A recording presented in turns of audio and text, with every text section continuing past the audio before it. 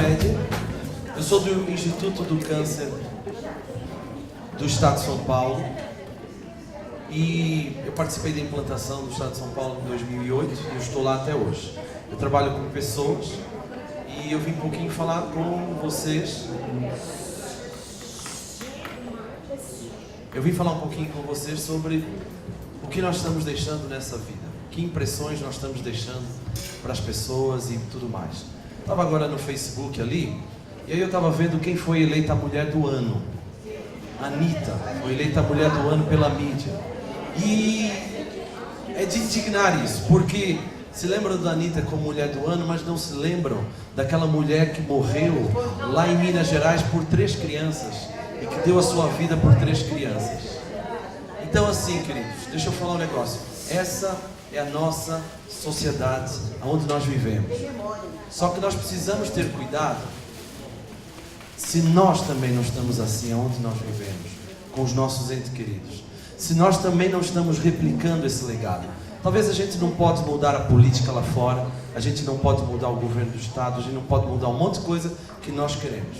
Só que nós ficamos focados em mudar essas questões e esquecemos do nosso legado. E eu não venho aqui eu vou contar algumas histórias, vou contar algumas histórias do Instituto do Câncer, de pacientes do Instituto do Câncer, e algumas histórias minhas. Mas eu queria te perguntar, o que você tem deixado como legado para as pessoas que você ama e que você gerou fisicamente? Não estou falando de herança. Herança física, qualquer pessoa deixa. Herança física, de alguma forma, uns vão deixar, outros não. Agora, qual qualidade do legado? Isso é total responsabilidade tua. E você tem total poder de deixar um legado que vai marcar não só os teus filhos ou os teus netos, mas vão marcar gerações e gerações. E eu faço uma outra pergunta para você. Se você hoje tivesse que escrever alguma coisa sobre você, o que você escreveria? O que a tua família escreveria sobre você? Quando nós contactamos com pacientes de câncer no hospital, eles têm uma única vontade no final da vida deles. É ajustar as prioridades da vida que nunca foram ajustadas. Você já viu aquelas pessoas que passam por problemas sérios, quase morreram, quase tiveram um acidente, tem 30 dias de vida? O que essas pessoas fazem? Elas reorganizam as prioridades da vida dela. E elas colocam na vida dela o que sempre devia ter sido feito antes. Então eu queria te perguntar, você tem vivido de acordo com o que é importante, do que é prioritário na tua vida? Ou você está esperando ter uma doença muito séria, ou ter uma situação muito grave na tua vida, para aí você pensar, e para aí melhor você tomar atitudes em relação à tua conduta e à tua vida? O tempo tem passado. Mário Quintana dizia uma frase, deixa eu ver se eu lembro aqui do início da frase dele, muito interessante. Quando se vê, é segunda-feira. Quando se vê, é terça-feira. Quando se vê, é quarta-feira. Quando se vê, é quinta-feira. Quando se vê, é outro mês. Quando se vê, passou um ano. Quando se vê, passou 10 anos. Passaram 20 anos. Você é jovem. Quando se vê, você trabalhou. Quando se vê, você casou. Quando se vê, você se aposentou.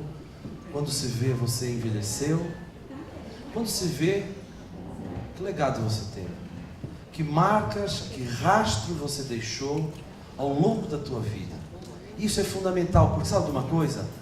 Aquelas pessoas que te amam estão olhando para você. E mais do que nunca hoje, nós precisamos de homens e mulheres que tenham um legado de honra, de caráter e de integridade. Nós podemos criticar aí fora, mas nós precisamos que as nossas famílias, os nossos colegas, aqueles que estão ao nosso redor, eles vejam exemplos práticos, não na história, de pessoas íntegras, pessoas que falam e vivem o que falam, de pessoas que têm uma saúde emocional, que têm uma saúde espiritual e que têm uma saúde física, que vivem as dificuldades, mas que têm isso. Falar, olha, eu tive essa dificuldade. E eu queria te perguntar, mas quanto tempo que você não conta uma história para o teu filho ou para o teu neto? Talvez ele está precisando disso para resolver alguns problemas da vida dele. Hoje a sociedade é muito superficial. E nós temos muita coisa que essa sociedade que está vindo aí, esses jovens, essa geração Y e X, precisam. Só sabe onde é que você tem? Você tem aqui no teu coração. Você tem aqui na tua mente. E você tem como experiência de vida. Eu te pergunto, o que você está fazendo com isso? Eu vou falar algumas frases, eu vou falar meio pesado, depois, se alguém quiser, me corrige depois. Mas, você ainda não morreu, sabe por quê? Porque o teu propósito de vida ainda não acabou. Você tem muita coisa ainda para investir. Você tem muitas pessoas ainda para marcar. E muitas pessoas para ajudar. Eu não sei se você tem consciência disso. Se o Criador, se a tua senha lá para ir para o céu já tivesse ok, o Criador já te tivesse levado, você não estaria aqui conversando. Mas ainda não aconteceu isso. Você ainda tem muita vida. Tem muita gente ainda que precisa ouvir as tuas histórias de vida. Ok? Então, essa é a primeira introdução que eu queria fazer. Eu queria deixar novamente essa pergunta para ti. Qual é o teu legado? Teve um homem nos Estados Unidos. Opa! Ai,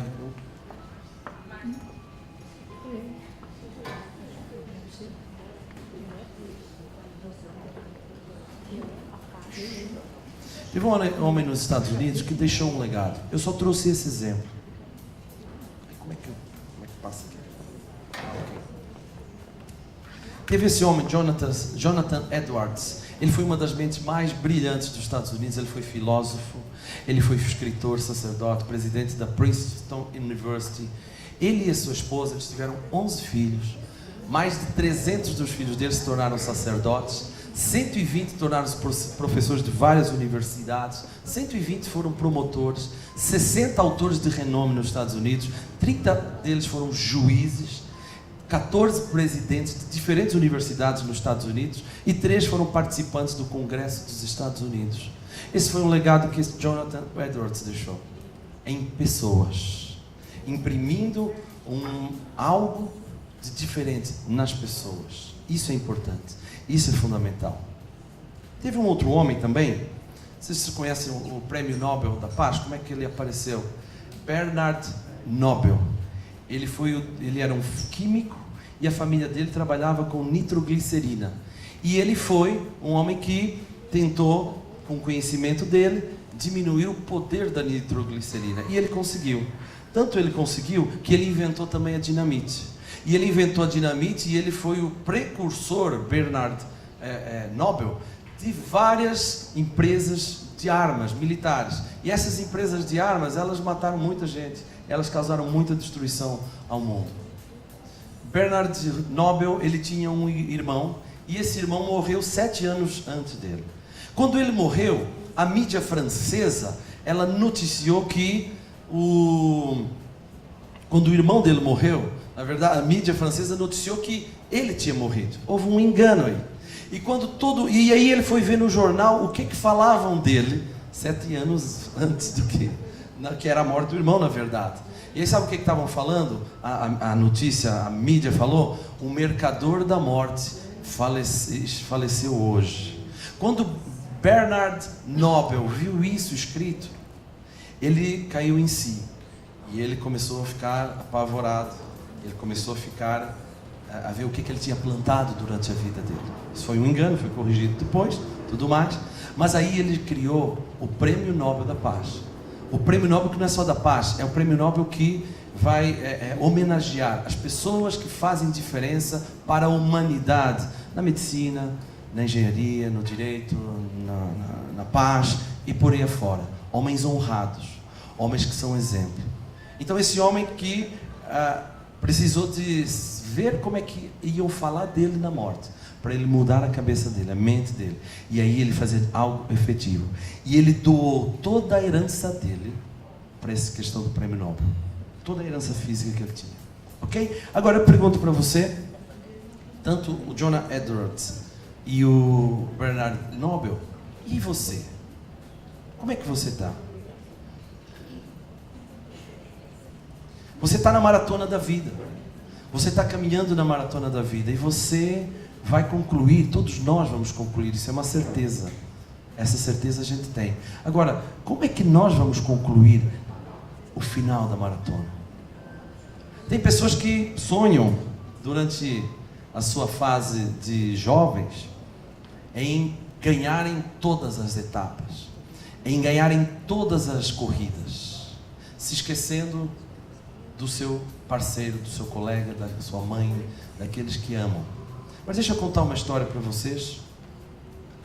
Nessa sala aqui tem 4 tipos de pessoas, tem 4 tipos de seres humanos. Tem pessoas aqui que nunca conseguiram sonhar, viveram uma vida toda, essa maratona da vida, e nunca tiveram sonhos, desde a infância nunca conseguiram sonhar. Esse é um grupo de pessoas, eu acho que pequeno, mas ele existe. Existe o segundo grupo de pessoas aqui, que é aquele grupo de pessoas que sonha, mas nunca consegue alcançar nenhum sonho, nunca consegue ser persistente para alcançar alguma meta. Ele sonha, tem N sonhos de realização pessoal e tudo mais, mas ele vai, como um voo de galinha, ele se cansa e ele desiste, inconstante nos seus sonhos. Tem gente aqui assim, nós vemos isso nas organizações, nós vemos isso nas nossas famílias. Tem o terceiro grupo de pessoas. Esse terceiro grupo de pessoas são pessoas que sonham e eles conquistam seus sonhos. São pessoas persistentes, que mantêm o seu coração, a sua vida, a sua mente em conquistar aquilo que se propuseram. Tem muita gente aqui. Esse grupo de pessoas é muito bom? Sim? Ok? Sim ou não? Sim. Perfeito? É ótimo. Só que tem um quarto grupo de pessoas, que é esse quarto grupo de pessoas que nós deveríamos ser. Aqueles que inspiram os outros a sonharem. Esse é o grande desafio nosso. Quando nós fazemos delegado, você pode ser a melhor mãe, a melhor avó, o melhor empresário, o melhor doutor, o melhor... Agora, se você não inspirar os outros a sonhar, você, eu te digo, talvez foi fracassado. Talvez você vai finalizar a tua vida sob um peso de remédios, para depressão, sem propósito, sem brilho nos olhos, sem alegria. E é isso que acontece muito. Pacientes do Instituto do Câncer, por exemplo, o câncer hoje é um estado terminal de um processo de vida, uma maratona de vida, com a imunidade, com as defesas corporais e emocionais sendo diariamente agredidas. Quantos pacientes têm desenvolvido durante ao longo da vida falta de perdão, ódio, rancor, raiz de amargura e por aí afora? E aí, qual vai ser a consequência dessa maratona da vida? Não vai ter outra. Em algum momento, as células de defesa do organismo dessa pessoa, elas não vão conseguir combater as células cancerígenas. E essa guerra, porque nós temos células trocando todo dia, mas essa guerra das células cancerígenas com o sistema de defesa, se o teu sistema de defesa está fraco, se o teu sistema de defesa é débil, se você ao longo da vida, você só investiu em você, se ao longo da vida você não acertou questões que deviam ter sido acertadas, saiba de uma coisa, as células cancerígenas vão vencer. E isso tem crescido cada vez mais. Hoje a doença que mais mata no mundo são as doenças cardiovasculares. Porém elas estão decrescendo e as doenças de câncer elas estão exponencialmente crescendo. Por quê?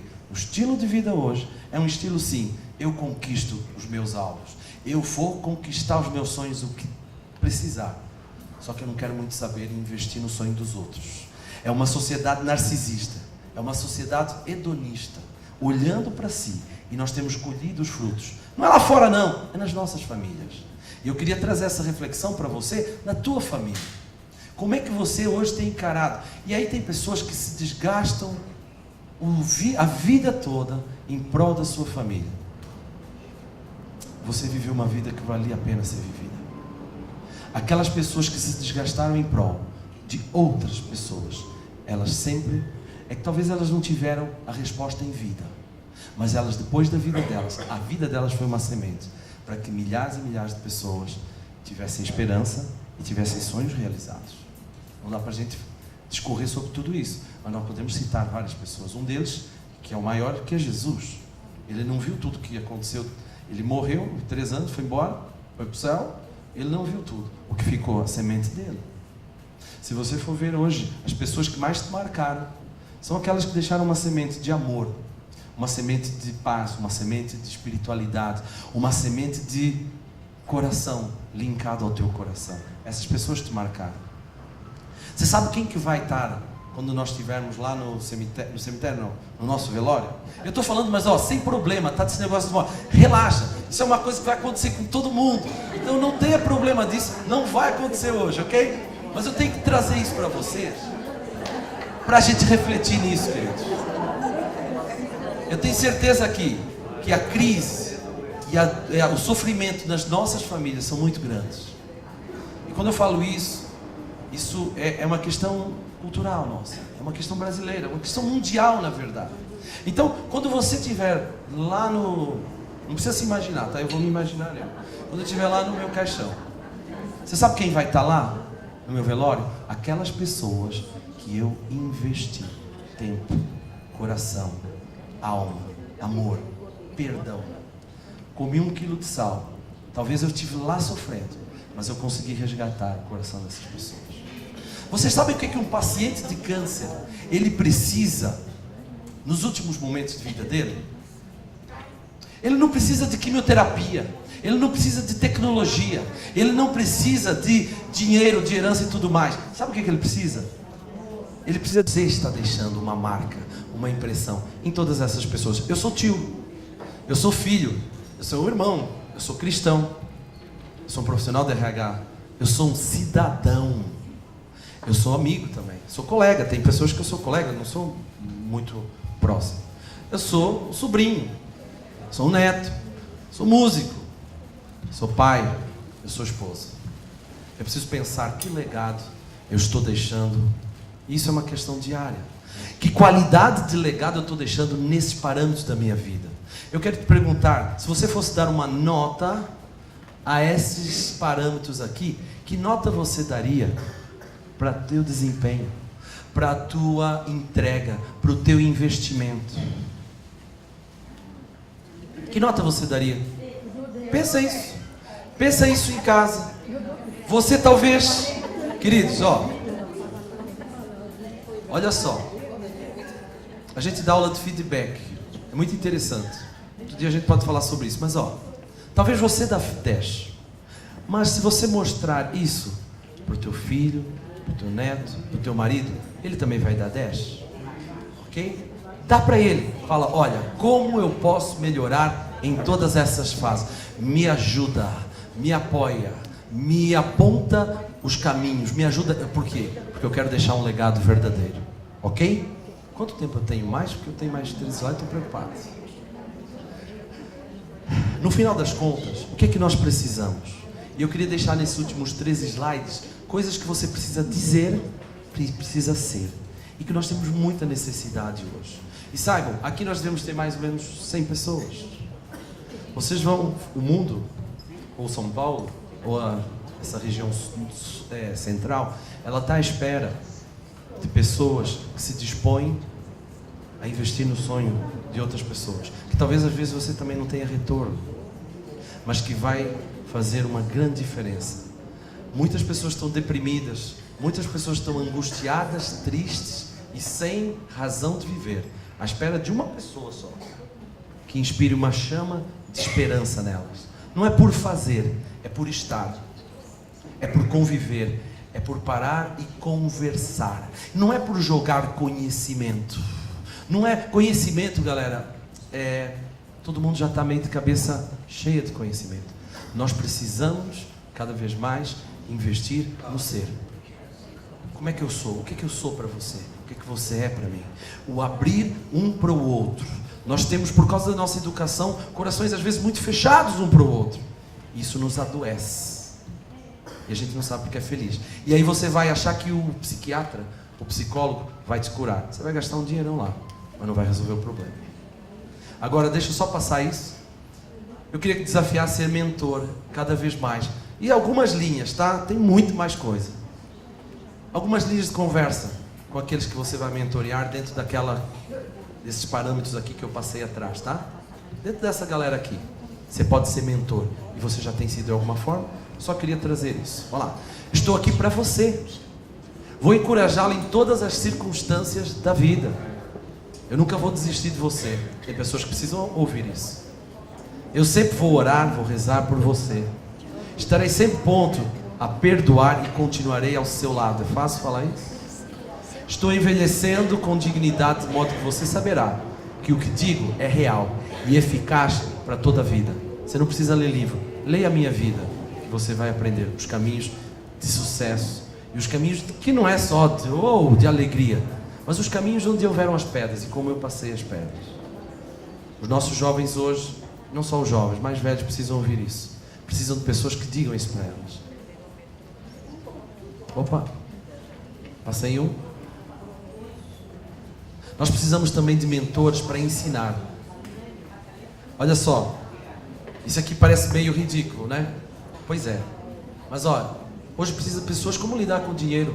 Essas conversas que nós temos hoje são superficiais. Nós precisamos colocar esses itens para mentorear aqueles que estão próximos de nós. Isso fala de legado. Isso é um legado. Ao conversar como lidar com dinheiro, cartão de crédito, como comprar e vender, infelizmente a gente só conversa sobre isso quando a casa já caiu, ok? Desenvolver e manter um casamento de aliança. Isso é complicado hoje, cada vez mais, mas isso precisa ser conversado. Instruir seus filhos nos caminhos de uma espiritualidade sadia, trabalhar de forma produtiva e responsável, ser servo, utilizar seus dons e talento em prol da comunidade, tomar sábias decisões e aprender com as erradas, escolher amigos corretamente, viver. Vocês viram agora o que o último palestrante falou, que a maioria das drogas tem a ver com os amigos, mas não teve ninguém que ensinou como escolher os amigos, qual a influência nós só julgamos quando ele já começou a ter amizades erradas. Nós não trabalhamos no preventivo. Por exemplo, eu vou agora à noite falar num orfanato aqui em São Judas. Eu vou falar me chamaram para falar sobre higiene íntima para os meninos. Só que eu falei, não vou falar só sobre higiene íntima. Eu vou falar sobre higiene íntima, como se limpar, lavar, tudo, como eles não sabem. Eu vou falar sobre higiene íntima pessoal, interior. Essa é mais difícil, mas essa tem tudo a ver com a física. Então, nós precisamos trabalhar sobre isso. Viver de forma íntegra e com caráter.